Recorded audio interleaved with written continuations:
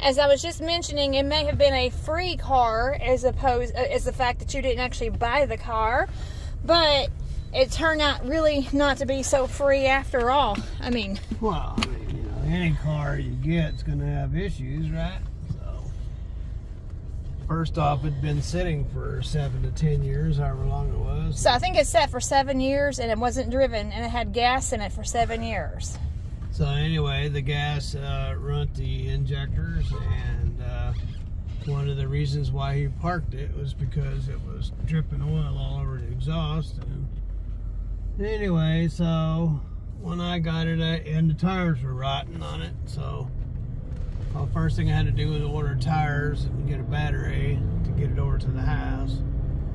And so I did that, and then I had to take the valve covers off and put new spark plugs in, new valve cover kits, and the first set of injectors I ordered from Amazon were, I don't know what they were, but they weren't any good, and so I had to order another set from eBay, which were OEM, and OEM. OEM, Which means? Original something equipment. Original equipment. So whatever the manufacturer comes out with, it's OEM. So it's original equipment. So anyway, so I got some original Bosch equipment that the car would have came from the factory. That's what I got. But we can send the other things back, right? The things that didn't work, we can send those back, right? Yes. And so I put those in, and so with everything, it's running pretty good. Right now, the oxygen sensor is not heavy, which, I mean, it just had tons and tons of gasoline and crap just put all over it. So really, it probably just needs to come out and be cleaned. I don't have an oxygen sensor socket. It's a special socket.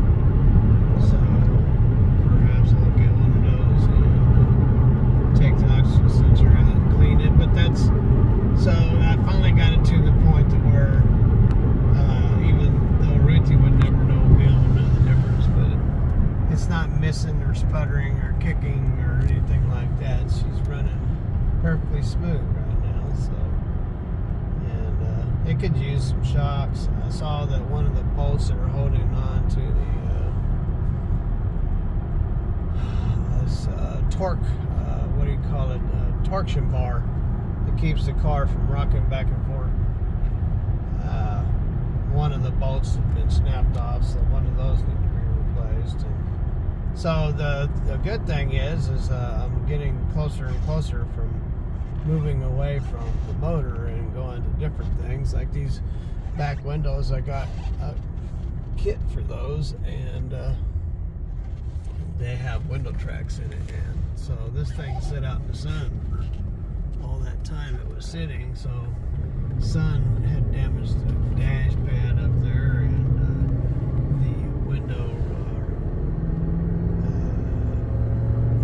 window regulators are plastic, so they got hard and snapped, and so the windows just fall down. So I got a kit of 4 because one broke, the other one broke while I was examining it, and so if those 2 broke, well, these front 2 will probably break as well. So I just got a box of all 4 of them. So I need to do those, and then the brake pads are probably going to need to be changed, and they're black asbestos ones, which are the best stopping ones. But I like running ceramic ones because they don't leave all that black dust. And so I'll order some black ceramic disc brakes and put on here, and should get pretty close to being. Now, after I stopped all the oil leaks on the top of the motor, it does still have oil leak off the rear main seal, and that's the problem with these North Stars.